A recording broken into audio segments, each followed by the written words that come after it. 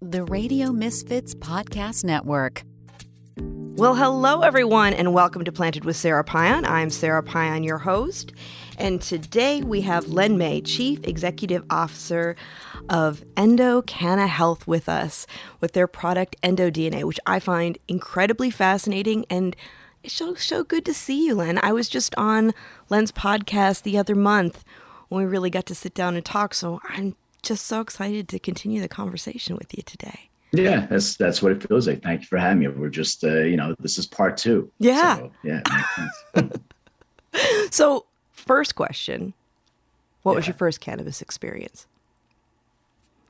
So my first cannabis experience was the reason why I got into the cannabis space. So I was diagnosed with ADD when I was a kid. I was the kind of kid that would sit in class and sort of have different thoughts that pop into my head, and I would drift. So I wasn't the hyperactive one. And when I was about 14, maybe 13, they put me on medication. And some of it worked and allowed me to sort of refocus, but it all sucked because it totally took any feeling of life out of me. Mm-hmm. So I felt numb, didn't care about much. And I was hanging out with these older kids. I think they were 1 grade older than me. I think 9th grade, 8th grade, something like that. And they asked if I wanted to smoke a cigarette. And for me, it's like the cool thing to do at that time, smoke a cigarette with the older kids. So right before class started, there was, I think, 4 of them and me, and we were in a circle, and they had 1 cigarette, which should have told me something that was odd. 1 cigarette. Okay. But, back in the day, we got a cigarette. All right, we'll share it. And they started passing around. It got to me. I took a drag, inhaled, coughed, and didn't taste like a cigarette. And I think I had another one, and then they were laughing at me. I'm like, what? And I said, oh, that's weed. So they put the weed in the cigarette. And when I went back to class, the windows in my head started narrowing so I could actually focus. And I think I was high, but I couldn't really tell because I've never had that experience before. But I can tell you that, I was parched, and then I could focus, and I could and things became interesting. Whatever class I was in, I think it was like chemistry class. Yeah, actually it was chemistry class with Mr. Fox, who was really uninteresting. But all of a sudden, it became interesting, and I started focusing on it. So from there on, that became sort of my go-to medicine. That was my first experience. My second experience wasn't as good. My second experience is we bought a joint. My friend Mike, who had lived on my street, he bought this joint. He's like, oh, man, I have this joint. And it was, for us to find a joint is a big thing. Yeah. So we smoked, and we still, to this day, if I ever see him, I haven't seen him in a long time, we still talk about it may have been lace because we both got sick. We both got nauseous and got sick, and I slept. My parents were like, you okay? I'm just not feeling well. So I went to sleep and slept for a while. But that was my second experience. But it didn't deter me.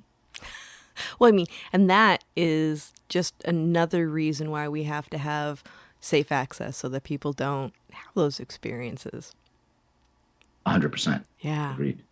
Well, that's so cool.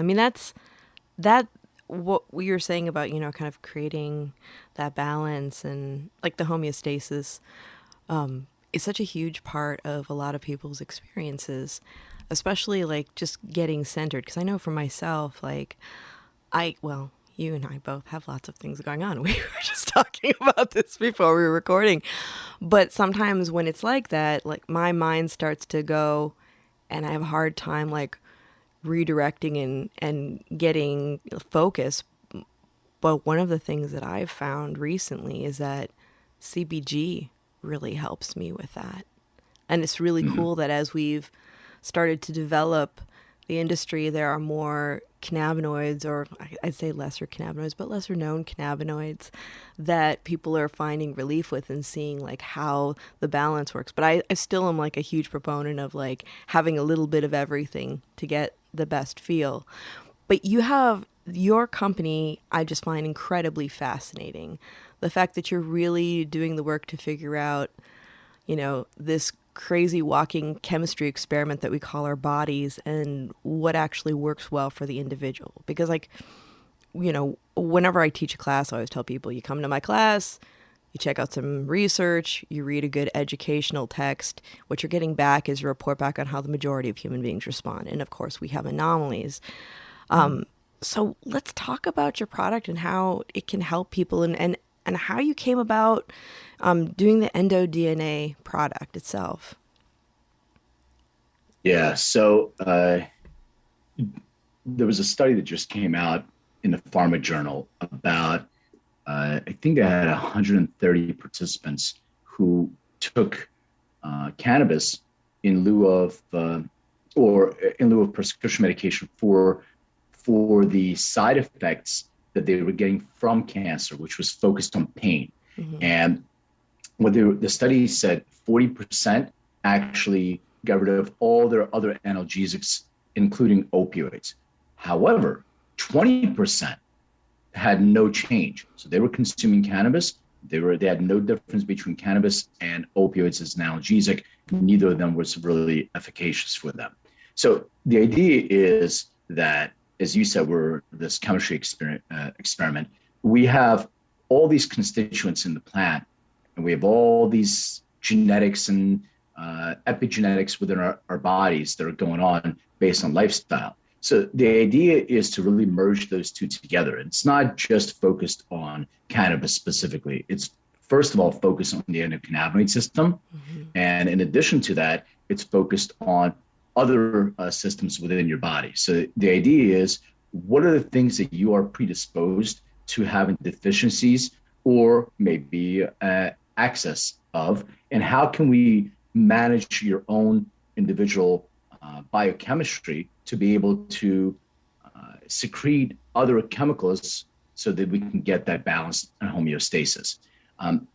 So the idea is to drive people to a personalized experience with their phytocannabinoid use, but also to introduce nutrients and vitamins and other things that can actually help people get that balance and homeostasis that is personalized to them. And I'll explain in more detail, but how I actually started this is I got into plant genomics. And the reason why I got into plant genomics is because I used to have a number of dispensaries, and in a cultivation facility, et cetera. One of my partners wanted to consume some cannabis one day. And he said, hey, what do you have? And I was like, I have a sativa dominant hybrid. He goes, no, that stuff puts me to sleep. I was like, no. I said, sativa, like up, sativa's up, indica's down. Yeah. He goes, not for me. It's up. Doesn't work the same way for me. It's like, And I started realizing we had two people that would come in with the same symptomatic condition, consume the same chemical variety, and get a different experience.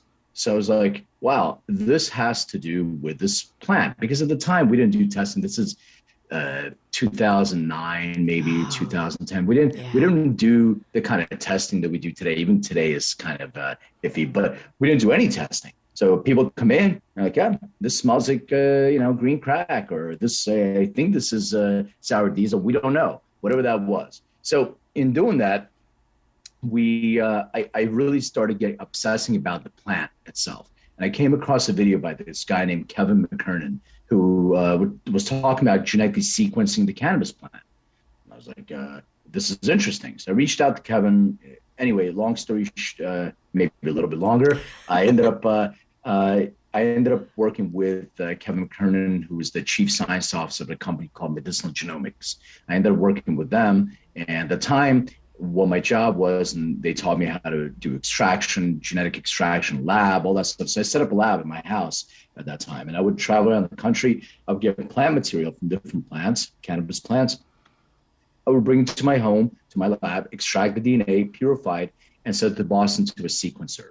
And what we were building was a library called Canopedia.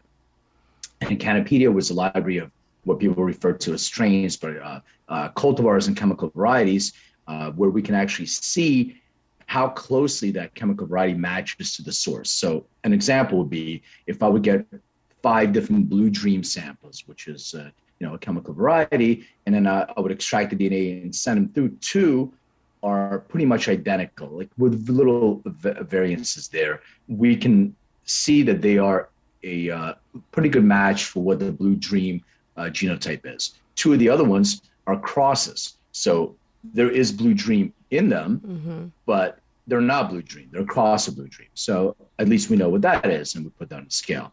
And the fifth one wasn't even close. It wasn't Blue Dream. We just slapped the label of Blue Dream. So I remember that. Yeah, we're like, well, we have people, we used to do that in dispensaries too. They bring, whatever, it smells like that. OG is a great seller. Everything is OG. So we used to do that in California.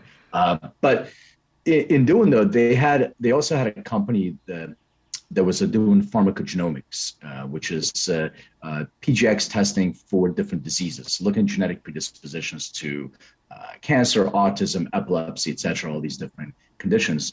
And I started getting into the human genetics side. So light bulb moment, I was like, well, we have plant genetics here, we have human genetics here. Why don't we bring those together?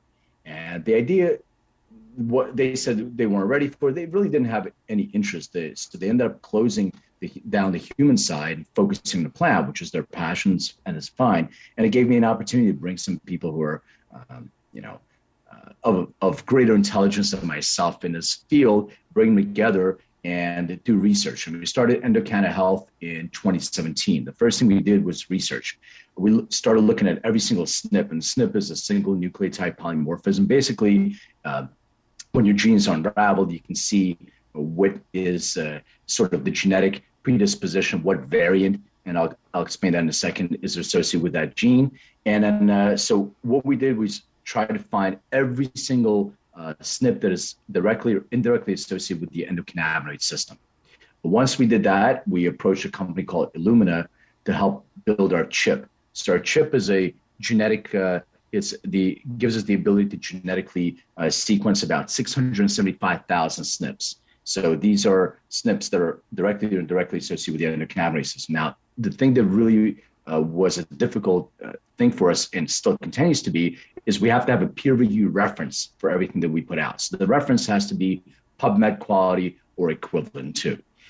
So we did that, and then we built our kit, and our kit's EndoDNA is the kit, that's the website as well. So there's two ways to get your genetic information. One is to swab the inside your cheek. We're HIPAA and GDPR compliant. You register and you mail your sample over to our lab.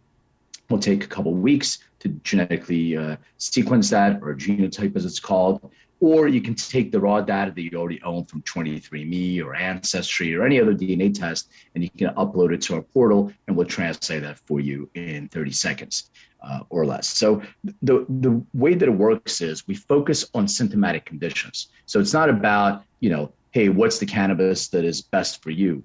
The idea when we met with the FDA is to help people avoid an adverse event. Mm-hmm. And the way we do that is we look at all the genetic predispositions that are associated with what people consume cannabis for and where your genetics play a role. So like, to give you an example, we have like personalized wellness plans, and they focus on anxiety. So if you have predispositions to anything that's associated with anxiety, like stress reactivity or PTSD, you have markers for that as well. Then cognitive function and mood, as well as like pain and sleep, all these different things, what we consume cannabis for, and where our genetics really play a role. So the idea is to show people what their genetic predispositions are, also show people how certain phytocannabinoids can actually exacerbate a genetic predisposition, maybe for an adverse event, so they can modify that and show them what's optimal to avoid that. We also look at drug-to-drug interaction. A lot of people don't realize that prescription medications, some over-the-counter medications, some supplements interact with phytocannabinoids. So that's one thing that we also look and see what type of medication are right now. We have over 200 different medications that show an interaction. And then we look at dosing. And dosing is an interesting thing. It's been controversial for one of the reasons why this whole milligram per kilogram, we always talk about low and slow. Yeah. And I find it really interesting that we had this, or we still have this green book that came out of Israel that always talked about, milligram per kilogram, what you should be consuming. And I always found it interesting and somewhat funny, because my business partner is he's bigger than me. He weighs more than me and is just bigger than me. So ideally, he needs to be consuming more than me because it's milligram per kilogram. But he's a poor metabolizer, so we had a funny experience. It's funny now; it probably wasn't funny for him then. So he went with one of our neuroscientists to a psychedelic conference in Vegas, and I was traveling at that time, and they had a beverage, like 100 milligram cannabis THC beverage of some sorts, and I get a text. My business partner's name is Eric. I get a text from Mark, who was with him. He goes, "I think I killed Eric." I'm like, what happened? I'm like, well, what happened? He was telling me that he took 2 sips and he was like out of it. And I was like, well, this is interesting because one part of me is like, well, this is a great experiment because nobody's ever died of cannabis. So if you killed Eric, it'll be very first one. So maybe it'll be an interesting story. Poor Eric. I know, but on the flip side, he was just like, no, he was just out of it. And then he actually stayed an extra day. And because I know his genetic, he's a poor metabolizer. So, and especially consuming through first passes, quick delivery, you have 11-oxyhydroxide conversion from your liver. And then if you have predispositions to like things like stress reactivity or PTSD or a slow rate of fear extinction, et cetera, that can express itself. And that's sort of what happened to him. So the idea of dosing correctly based on metabolic function. And then the final part of that is products. And this is why I always urge everybody in the whole community to step up their game, because one of the things we do is look at C of A's of different products and how match them through an algorithm, how close that product matches the suggested ratio. And then we geofence that and see where you can get that product. Now, the challenge is that not everybody has C of A's for their products. Not every state demands them. Yeah. Not everybody does C of A's correctly. And even bigger part of that is the C of A's that are done aren't even looking at terpene profiles, which is really that secret sauce. Like we need all the constituents in the plant. So I'm putting it out there again. If you're going to do testing, let's make sure that we test for everything and give people that personalized experience. Yeah, well, I was just talking to Nikki Lawley, and she was saying that in New York, that the COAs are proprietary information. They don't even release them, which to me is a call for better policy for people to understand why access to these by the public is so incredibly important. 100%. Yeah. I think doctors have access to that, and you can talk to a doctor, but they had it as part of their HIPAA. They don't put them on the website or anything like that, but all that will change in New York too as their laws change. The biggest challenge with this is that we have this concept in our minds that we have these state lines, and the state within the state gets to create their own laws and their own policies. But the biggest challenge is that if my policy is one in New Jersey and it's different in New York, and I'm traveling back and forth, there's no consistency, and it's across the board with testing. Even calibrating your testing equipment is different. Yeah. And you take your formulation, you send it out to 3 different labs, you may get 3 different results. True. That should never happen. No. And I'm not a big fan of like big government and big, oversight, but we need to have policy in place to be able to regulate this so we can get out of the dark ages.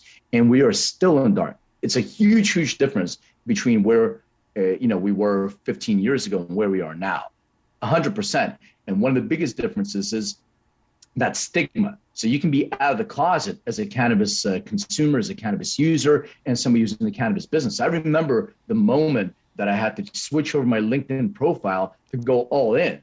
And I was just thinking about it. Oh, shit. It's like having a face tattoo. It's great. You want to have a face tattoo, but that face tattoo may actually not allow you the opportunity to have certain jobs or whatever it is now. And it could change in 10, 15 years. It's the same sort of stigma as you're coming out of the closet as a cannabis user or somebody in the cannabis space. Everybody's like, oh, he's that guy. He's in the cannabis. But now, you have all the suits are coming out and they have their profiles. I'm a cannabis so-and-so. So it's becoming more normalized. But, we still have a ways to go in this. And I think that the way to do this is, so we can get out of the dark ages, is through regulation and policy. I think that's the only way. Yeah, I agree. I'm with you with, I don't want to have like everything micromanaged, but we do need standardization. We need certain, ways of doing our work and things to keep people safe. And I think that the more we have, support from our government, the more we'll be able to have better testing, the more excellence in that. It's when you're talking about actually putting, going all in LinkedIn. I had a similar thing when I heard my first article written about me, and I was like, when they asked if they could do it, I had to sit back and think, well, do I ever want to work in the normie world again? Do I? And actually, when I was looking at an article about you, I saw that you were at PricewaterhouseCoopers before. I was at Arthur Andersen, and we always wanted to either escape to Pricewaterhouse or Deloitte. Pre-Enron. No offense, but they all suck. I mean, it was an interesting experience, but I mean, they actually literally, and when I say I use the word suck for a reason, because it sucks the life force out of you. It does. They sell you this vision of you're going to be partner, and now you're working 14-hour days with people trying to stab you in the back, which I wasn't used to, because I came like I used to have long hair. I put in a ponytail, took out my earrings, put in a suit, and I'm in this environment. And I was not used to it. And I was like, this is not the same as the streets. Like, people will stab you in the back. Nobody's coming at you so you can get ready for the fight. You won't see it coming. So it was an education, let's say. And from there, I went to work for a venture capital company and all that stuff. But here's the irony. Like Ernst & Young and these companies now, they have cannabis practices. Yeah. They work with a lot of these MSOs, and they have a practice. I went to an event that was sponsored by them. So it's funny. It's so ironic how the shift happened, right? You're not putting on your LinkedIn profile that you're cannabis, but now all these companies, the suits that are coming out now, they're in the cannabis space too. Yeah, what you were saying about, the stabbing in the back, that was my experience with Arthur Andersen too. It was like, watch your back constantly. It's the only job I ever walked from. I went in on a Sunday night, and this is how you can tell how long ago it was. I dropped my cell phone, my pager, because I was in IT, and my laptop on my boss's desk with a resignation letter, and I left for 2 weeks in Maine the next day. I was like, done. You people are toxic. I can't handle this anymore. And it was the only time I've ever just like taken off. Usually I'm like, okay, I'm giving you a month's notice. Here's everything that's going on. I want to set you up. That place, I was like, you people are on your own. You made my life miserable. Yeah, it was funny. I was there. I was actually at Price Waterhouse prior to the merger. Mm-hmm. So then I got shifted over to the PwC team, the marketing division. And my job when I was first brought on was to help build the global training center, because they used to have. So when I started, SAP was a big thing for, I guess, the big six consulting. I was in the management consulting side, not on the tax side. Mm-hmm. And they had these boot camps. They would take all the best recruits from every Ivy League university. They would put them through a boot camp to learn how to implement SAP. And 6 weeks. And then they were off to clients being billed at whatever, dollars per hour. And these are ongoing, long, and it was costly for them. So they wanted to build this online. So that was sort of my job at the time, is to help build this with computer-based training. And it was just so primitive. But after the Coopers merger, they moved my department over under marketing. And I was the only guy. And I was sitting with all women. And what we talked about most is colors for different websites, fonts, and it just wasn't really challenging enough. It was interesting. I learned a lot about that whole color theory of what red means and what green means and why websites are, use blue and banks that, trust and all this stuff. So there wasn't a level of education I extracted from there, but I completely agree with you. It just really sucks the soul out of you. Yeah, it does. I actually moved from that to another consulting group that was, a boutique one. And I loved those weirdos. That was a whole different group. But it's like it's interesting, and like we're kind of, I'm wondering in the future of cannabis if we're gonna kind of see some of that too, because like you said, there are lots of big outfits that are now starting to have their own cannabis sections. And even when we're looking at like some of the larger cannabis companies, some, I'm just wondering like what we're gonna see, because when I started working in cannabis in 2012, I just loved the fact that, there were really creative, intelligent people. And I still joke about this. I'm like, I'll say to somebody at a conference, I'll be like, I always think everybody in the cannabis industry is part carny.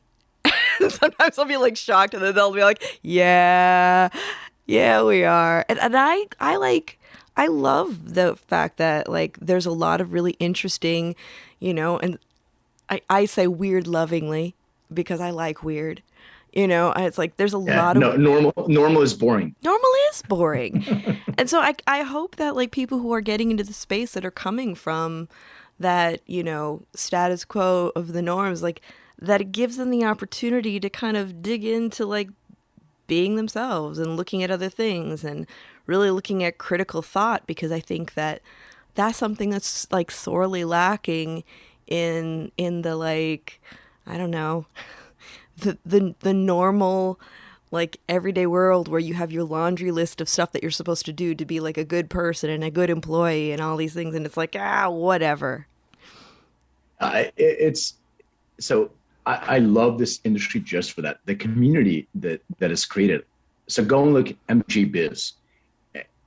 It's not about MG Biz. It's about going every 2 feet and hugging somebody because it's like, hey, brother, sister from wherever, all over. Yeah. And you have this connection.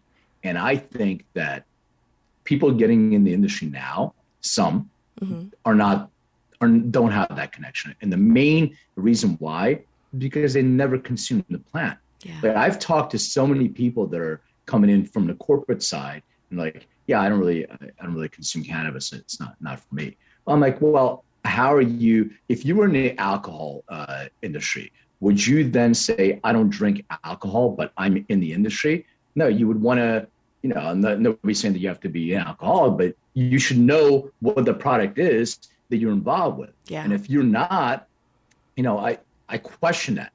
And if you're not connected in any way, and I'm not saying you have to be, a daily user, but if you don't know the experience of consuming cannabis and you're in the cannabis space, then I think that you're not true to who you are, and you're just using this as a platform, for revenue generation, which is fine, but you're not a member of that tribe. And that's the connection. Anywhere that I travel in the world, you consume cannabis with somebody, you have a connection for life. Like anywhere I go in the world, I got off a plane in Lisbon, and I haven't seen this guy in 15 years. He's like, meet me here, pulls up, joint in hand, goes, I'm like, hey, that's my man. We hung, and he's like, here's my own personal grow, and I got a personal sort of tour with him, driving around to local places. But it's that connection of the herb connects us. When I was in Africa, I met these Rastas in South Africa. I didn't know there was Rastas in South Africa, and they became my people. It was fantastic. So everywhere you go, and you build these relationships with people, and it lasts forever. And I think that the people who don't consume in this industry, I think they're missing out. And I would like to, going back to the test, I would like to ask them why they don't consume. Maybe they had a bad experience. And we've had this so many times that somebody said, oh no, I had a bad experience. When I speak to people, like, how many people have ever had a bad experience with an edible? Like 80% of the room raised their hand. Well, maybe there's a way why avoid your first pass. Maybe we can do a sublingual delivery or do something that's balanced with CBD and THC and different terpenes. Like there's a whole bunch of different ways that you can consume this plant. And you're Right. brought up, CBG, etc. It doesn't have to be an intoxicating way, but if you're disconnected from that, I definitely think that you're on the on the um, on the fringes of our community. Yeah, it's true. And I feel like when people have had bad experiences, and I actually had somebody who had never used cannabis before, but had had a bad experience on acid.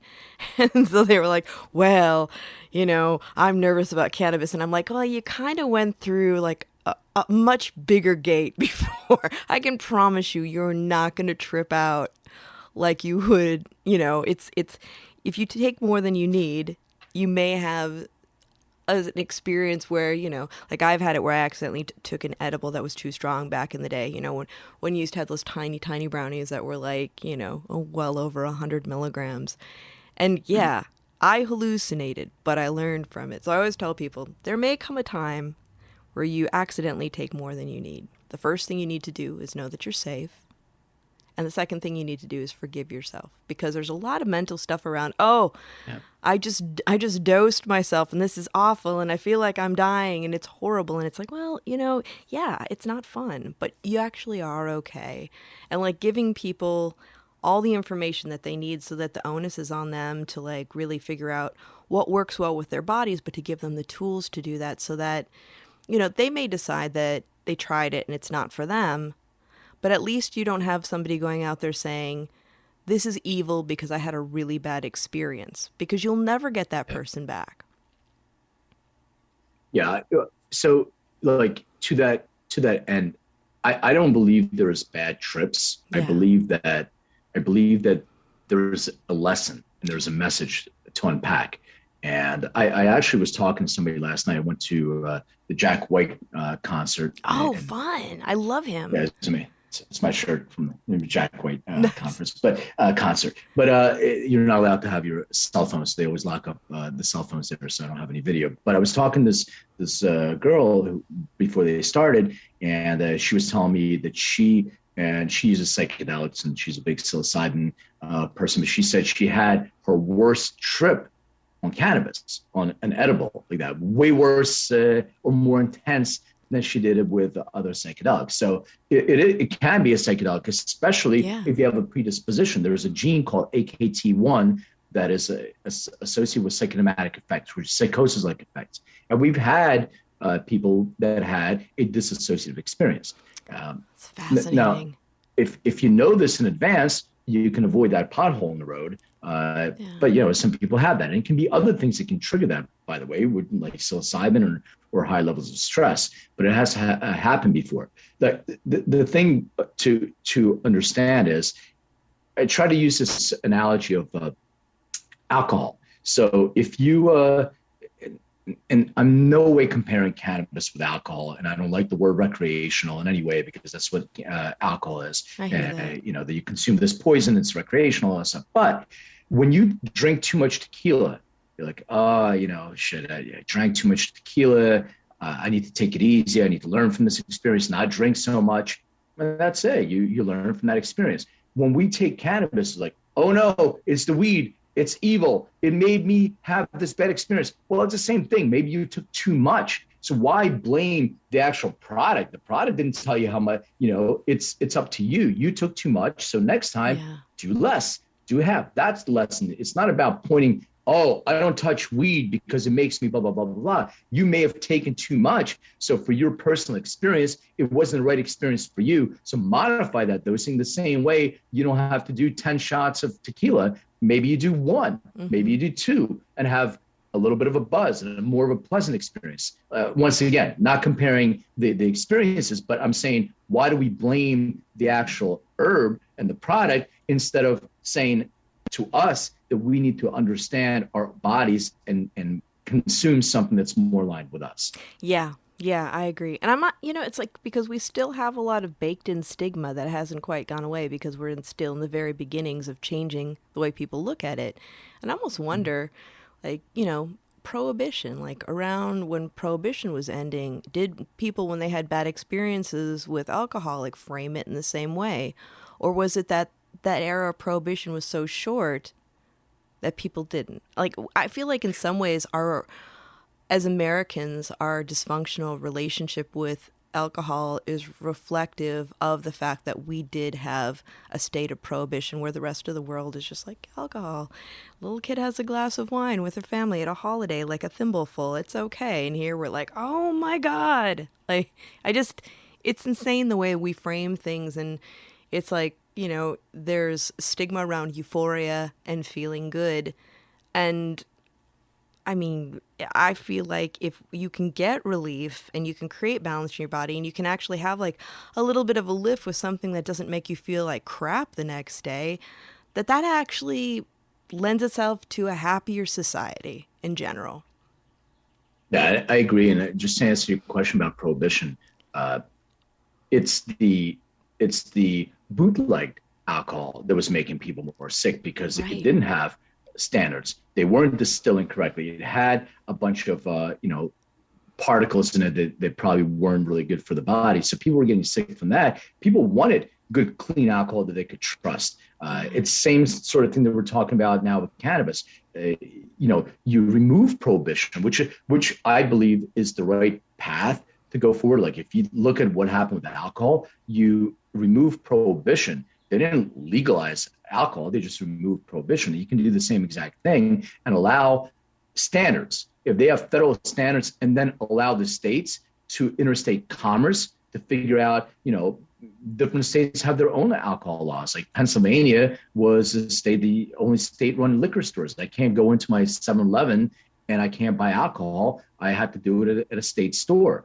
So every state has its own, and which is fine as long as the standards and regulations come from the federal government and say, if I'm buying my alcohol, whatever my bourbon in a store in Pennsylvania, I can guarantee you I'm going to the store in California and I'm buying the same bourbon. It's going to be identical. And we don't have that in this industry. So that's really, really going to make a change and a lift, hopefully, in the right direction. But I definitely agree with you with the whole stigma thing. It's still the stigma of your brain on drugs and all this other stuff. And there are a lot of lobbyists that are still trying to push, pharmacists pushing, and they feed you articles on your social media, etc. That is feeding you and showing you that it causes this, it causes that, and nobody really we're headlines. Oh, cannabis must be bad for you because I just read this headline, but you don't read the article, what it says.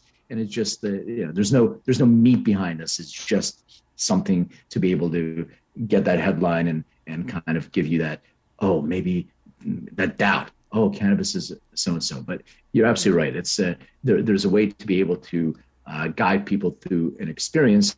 And this whole notion once again of personalization. The idea is that your genes and people have talk to us about this. Your genes are not all locked in. And I wanted to make sure that people understand this whole thing with genetics. You have your millions of different genes and you inherit them from both your parents. And a lot of them are locked in. It's true. So like your hair color or your eye color or your skin color, those we are born with, they are pretty much locked in. Now, other genes, they are genetic predispositions, meaning that think of them as a bunch of on-off switches. And our lifestyle, what we do in our life, can actually turn a switch on or off. Yeah. Now, certain switches we want to turn on. Certain switches we want to keep off. So an example of that is if we have a predisposition to cancer, you want to make sure that whatever you do, you keep that genetic predisposition switch off. But our lifestyle, if we know we're predisposed to that, and we're feeding our body with sugar, and we're feeding our bodies with different things, we have stress in our lives, all these different things, or toxins, they can turn that switch on that we're predisposed to. So the idea is to understand what it is that we're predisposed to. And genotype, I meant to say what a genotype is. So I like to use an analogy, like computers speak to us in a in a two-letter code, a one and a zero, binary code. Yeah. Ones and zeros, right? One, zeros, one, and all we see is the user interface. I'm aging myself. It used to be called a GUI. We have these ones and zeros, and we have this user interface on top. But all the computer knows is, ones and zeros, basically. So DNA speaks to us in a four-letter code: a C, a T, an A, and a G. The combination of those are nucleotides, are called variants, and the combination of those are our genotype. So our genotype is our genetic predisposition to that symptomatic condition. So I'll give you another example. If we have a predisposition to lactose intolerance, it doesn't mean that we have a disease, celiac. We have a predisposition to lactose intolerance. Now, we can drink milk. I was actually looking at gluten. We can drink milk, nothing. All of a sudden, that one glass of milk that we had made us feel not well, and all what happened is that genetic predisposition, that switch got turned on. And I was using celiac for gluten. Same thing with gluten. You have a gluten sensitivity. You can be eating bread, nothing will happen. All of a sudden, you had some sort of product, and all of a sudden you're feeling sick. So that genetic predisposition has been triggered. And that's called the epigenetic response. Yeah. So being able to understand your predisposition will help you avoid those sharp corners and then measure the efficacy. So if you're taking a supplement, right? How do you know the supplement's working for you? And I talk to people all the time about CBD, for instance. There was I don't even know if it's working for me, because there's not an initial euphoric effect. If you're consuming THC, you know that it's working for you because you feel it right away. But with CBD, maybe I'm feeling a little bit better. Maybe it's placebo. I'm like, well, what's the difference if it's placebo, if it's making you feel better? But we can actually measure biomarkers. So not only blood markers, but we can measure biometric markers through a wearable device. Other ways, so we have a wearable device, but through a wearable device, we can measure the efficacy of a formulation. So creating a truly personalized experience, it bookends the experience. So not only are you getting your genetic predispositions, then you're getting your patient-reported outcomes. So you can say, hey, my pain went from a 10 to a 5, whatever it is that you're trying to address. So my sleep, I feel I'm sleeping better. I looked at my sleep time. I'm getting my 8 hours of sleep. But then when you're looking at your biomarkers, you can see the quality of sleep. So my heart rate variability has been good, steady. I'm getting some alpha and theta sleep. My blood oxygen level has been steady. So you can measure all these different biomarkers, and you can see that whatever you're consuming is actually efficacious for you. And the more people of your genotype that take this, the better our predictive analysis works, because now we can come in and show you that people that are like you, that have genetic predispositions like yourself, have been using these formulations, and they've been really efficacious for them. So it's it's having this sort of reviews, like when you go to Amazon and I'm a medium and my friend's a medium, but he's 6'1", but really skinny. I'm 5'8" and maybe a little bit broader. They're not going to fit us the same. It doesn't matter if his size is medium. So being able to get you into a bucket of people who are like you, more genetically aligned like you, and these are the things that work for them, that's the future of precision medicine. It's really precision therapeutics in everything you do. Your personalized vitamins, your personalized nutrients, the food that you consume, it should be different and personalized. And, anyway, you didn't ask me what direction the company is going yet, but that's really where we're focusing. It's whole genome sequencing and being able to provide people that personalized experience across the board. We just filed a patent on a mental health test too, because one of the biggest challenges, we work with a lot of veterans, and we have a person on our advisory board who was in the special forces, and they told me that they helped a lot of soldiers get out of Afghanistan, and through COVID, there was an increased suicide risk. Sure, and yeah.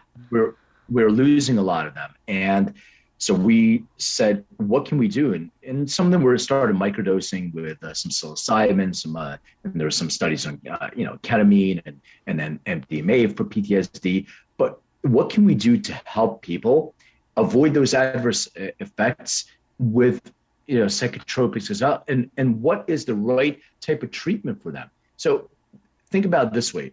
We were started with treatment-resistant depression. So somewhere around 37% of individuals that are getting SSRIs, so antidepressants or anti-anxiety medication, have treatment-resistant depression. So what that means is that the medication that they're consuming is not going to work for them, most likely, but they will still get the side effects from the medication and may have to take other medication to deal with the side effects from the medication. It's not going to work for them.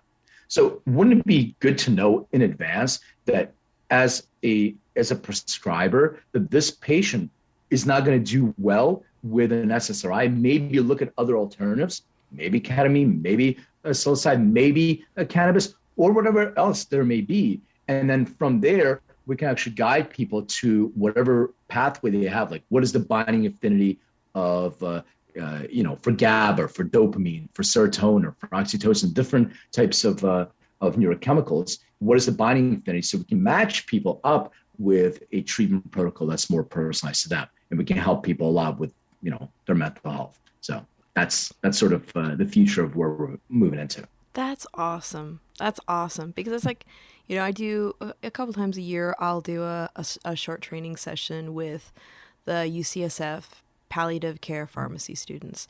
And they're always asking, what ratios and what volume of those ratios is for this or for that or for this. And I always look at them and I say, it doesn't work that way, right? Like, with, your pharmaceuticals, it doesn't work that way. You have to try different things and different doses with people to find the match. I think and also like when we're looking at like cannabinoids and just like cannabis in general, and there's like going back to, when we talk about our truths about the way cannabinoids and terpenes interact with one another and interact in our bodies, we do have, the baseline that we give out when we educate people. But then there are the anomalies. Like, I've worked with thousands of people. And in that time, I've had 4 people that had really unpleasant experiences on high ratios of CBD, or the fact that we can be sensitive to it. And I'm actually wondering, and I don't know if you have the answer, Len, but when somebody and what it was a 30-to-1 ratio where I had people that actually came to me afterwards and they're like, it was miserable. I tripped out a little. And I was like, the first time I heard it, I was kind of skeptical because, I've since learned that you never discount anyone's experience. But at the time I was like, you got to be kidding me. It's like, that's completely non-euphoric for everyone else I've talked to. And then you start to see patterns. But with like CBD sensitivities or things like that, have you seen any patterns at all? Or yeah, there's a couple of different parts of that. Number one, we're not 100% sure that was really a 30-to-1 right. That they consumed, because CBD doesn't have the same testing that the THC products do. So I'm always skeptical. Is it really a 30-to-1 or is there more THC in there? The second thing is that there are receptors in your brain, CB2 receptor.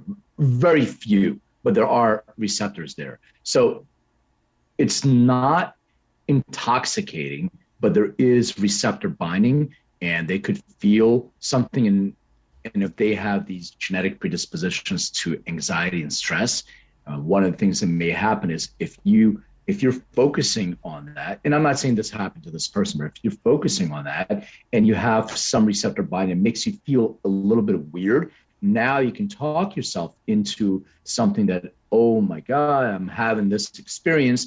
And if you have a predisposition to PTSD, one of the things that can happen is it can actually replay a movie in your head. Oh no, this happened to me, blah, blah, blah, blah, years ago. Now it's bringing that up to the surface.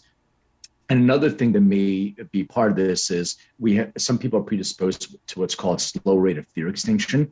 And one of the things that happens with people is our brain tries to conserve energy. So if we have a traumatic event in our life, for our own sake, it takes that memory and it stores it in our subconscious. So we don't have to deal with it on an ongoing basis and be hit with trauma over our heads. Mm-hmm. But in a stressful moment, that genetic predisposition can actually express itself. So you can start thinking about, the moment where a car hit you on your bike when you're 9 years old. All those experiences together may lead to a unpleasant experience with CBD, but generally speaking, in all the studies and all the controlled studies, it is not euphoric. So it should not have that experience. But hey, we need to do, I hate saying this, but we need more research. We need to do more studies to investigate that, because there could be a pattern for certain individuals. And it's very, very rare, but I have spoken to a handful of individuals that also said they had some sort of, euphoric or intoxicating experience with CBD. So I went through the same pattern, questioning the product first. There was no C of A in the product, just said 30 to 1. So who knows? I've seen a lot of products that came out that were supposed to be hemp derived and they were hot, which means over 0.3% THC as well. So maybe. Fascinating. I always felt bad when I'd be talking to people and they'd be giving me these anomalies, and you're sympathetic, but more than anything I lean in and I'm like, so what happened? I want to know what you did, because this is weird, and you've got to give me all the information. It's a balance being compassionate while you're inquiring, because they're like, I was miserable, I'm sharing this with you, and you're like, this is awesome. I'm like, no, it's not what I mean. I want to know so that I can help other people if they have the exact same experience as you do. Like, let's collect all the information then we can. You were talking about that your work isn't just about the way cannabinoids react in the body. It's about other supplements as well. What are your? I'm a huge fan of adaptogens. Do you do work with that as well? So supplements. Okay, let me put it to you this way: the way we work is with looking at your genetic predispositions to certain deficiencies that you may have. Mm-hmm. So an example would be like deficiencies in vitamins. So you can see what your genetic deficiencies are: vitamin D, vitamin A, vitamin B, etc. And then we look at nutrient deficiencies, so like magnesium, iron, calcium, etc. So on the suggestion side, if there is a formulation or even adaptogens that we can start incorporating into the protocols, we do. We focus on products that have research behind them. Mm-hmm. So a lot of medical food products, for instance. Mm-hmm. Medical food products used to be a category approved by the FDA that would be prescribed to you. Now they're available over the counter, and they have clinical studies associated with them. So if there are adaptogens, and I use like the Stamets 7, for instance, as one of the suggestions. I did it for my COVID protocol as an example. So there are, adaptogens, mushrooms, obviously in the Stamets 7, because that's his focus. So there are studies associated with them that we can point to that Paul Stamets had done some clinical research on. So if there is a study and a link to a study that we can point to that this adaptogen has gone through a observational study or something of that nature, then yes, we can include them in our suggestions. That's awesome. Because I as much as I love cannabis, it's, and we have colleagues out there that basically like, it's the end all be all, it's all I need. And I'm like, it's part of the equation. We have to look at this from like a more holistic viewpoint, because there are so many things that our bodies need to create balance. And I love where you're going with this, just the thoughtfulness behind your work. And I'm wondering, like, how are physicians looking at it, and are they looking at it as a tool to be helpful? Because it certainly sounds like it would be. Well, we have a lot of physicians as our clients, I guess, or customers. Mm-hmm. They resell our kits, and in different countries like Brazil, for instance, as an example, since it's a medical country, mm-hmm. physicians use our test to recommend cannabis and what type of formulation, and pharmacies actually distribute that cannabis. So physicians are on board. Now, there's different types of physicians. There are certain physicians, MDs, that don't believe in genetics at all. It's not part of their training. They're not really connected and have a deep understanding of genetics. So that's not what they studied in school. Maybe there was a class here and there. So they really believe in cellular expression, and okay, that's fine. It's not for everyone, and I believe that in time everything will be personalized like this. You will probably have an at-home DNA test to do everything. Or meal plans, everything will be done that way. So when you're a pioneer, what did Wayne Gretzky used to say? Wayne Gretzky for you kids is the greatest hockey player that ever played. So Wayne Gretzky had this thing. They asked him, "How do you score all these goals?" And I think he scored more goals than anybody else in history. And he said, "I skate where the puck is going to be." So I always try to do the same sort of thing. You skate where the puck is going to be. Being ahead is better than trying to play catch up, but sometimes when you're on an island, people can throw tomatoes at you when you're up there, which is fine. So long-winded way to answer the question. We work with physicians all over the world. It's fantastic because a lot of physicians or healthcare practitioners don't really know about cannabis. Yeah. We work with a lot of the medical card doctors as well. So we bundle the deal. You get a card, you get a kit, and that way you can personalize the experience, especially if people are new to that. And there are some doctors who are, they're not on board with genetics as a whole. Yeah. So that's something to, they'll catch up or not, which is fine either way. I'm glad that you're working with the cannabis docs, because I know when we were just purely medical in California and you had to get a card, you had to have your recommendation also to work in a dispensary. And of course, I already had my card being a cancer survivor, but every year I'd renew it. And that doctor would always pump me for information about what I was using or what people I was helping were using, because it would help him help other people. But he'd also give me advice about my colon cancer. And I'd be like, dude, you're a plastic surgeon that specializes in hands. I looked you up. But they're more serious now. There are more people that are really invested, instead of looking at it as, I'm going to have a card clinic because I'm on the verge of retiring. I mean, I'm glad that they were there. They gave access, but it seems like there are more physicians now that are actually engaged in, learning more and actually, because there are more trainings that are available for professionals as well, which is, you can't have enough information for professionals, I think. It's about, so there's a couple things. Number one, I agree with you, but there's also, it depends on the doctors. There's those card doctors where you have a 30-second conversation with them and that's it. And I think it also depends on the state. Like California, we still have medical. I have a medical card. I don't need it. It's a recreational adult use state, but there's no incentive. There's no incentive to have a card. They don't give you anything. But certain states, they do. Certain states, even if when they go adult use, they can give you special pricing. You don't pay taxes, different things. I think the only thing in California is you can actually get more than an ounce for personal use if you have a card. And if you've got your state card, you can be exempt from the state tax. From state tax, yeah, in the state card. You're right about that. But so the idea is it depends on the state. It depends on the doctor. Some of them 30-second conversation, you get your card. The other thing is the education. So doctors need the CME credit, and delivering that education is important. So they'll take those courses. But I think it's up to us.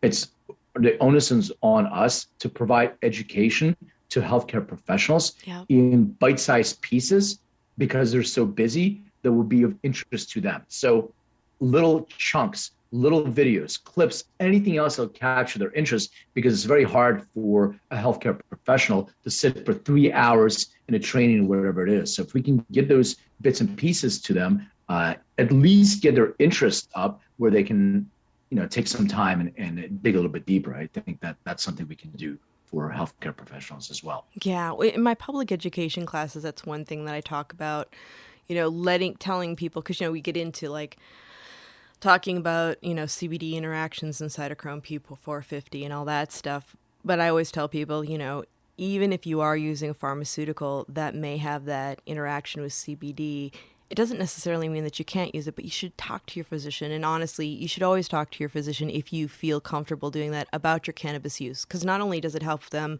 get a full picture on what's going on with you, but physicians have always told me that the more that they hear back from their patients, it actually educates them and helps them help other people. And I think that, it's also part of reducing the stigma as well. I agree. Going into like products, I the other month I wrote a article for Rolling Stone Culture Council around products and qualities. And one of the things that I had said was, it's not a good idea to name your product after a certain quality because one person's calm is another person's hell. What kind of advice would you give to companies that are approaching it in that way? And the thing is, like, I felt a little guilty saying it because I have colleagues that have amazing products that do their due diligence. They are naming things after qualities because they see that that's what a majority of people who they've been testing their products on are having these effects. So there's always going to be anomalies, but I still think, like, especially when we're getting into an age where we are going to be starting to talk more about terpene profiles and ratios of cannabinoids and how that works in the individual's body. But what advice would you give to brands that are approaching it from a quality of feel perspective when they're naming their products? I mean, it's branding, right? So you have to guide people to a shelf that is associated with what I'm going in to buy. We were doing a deal with a company that wanted to have something that helps people sleep and something that gives people energy.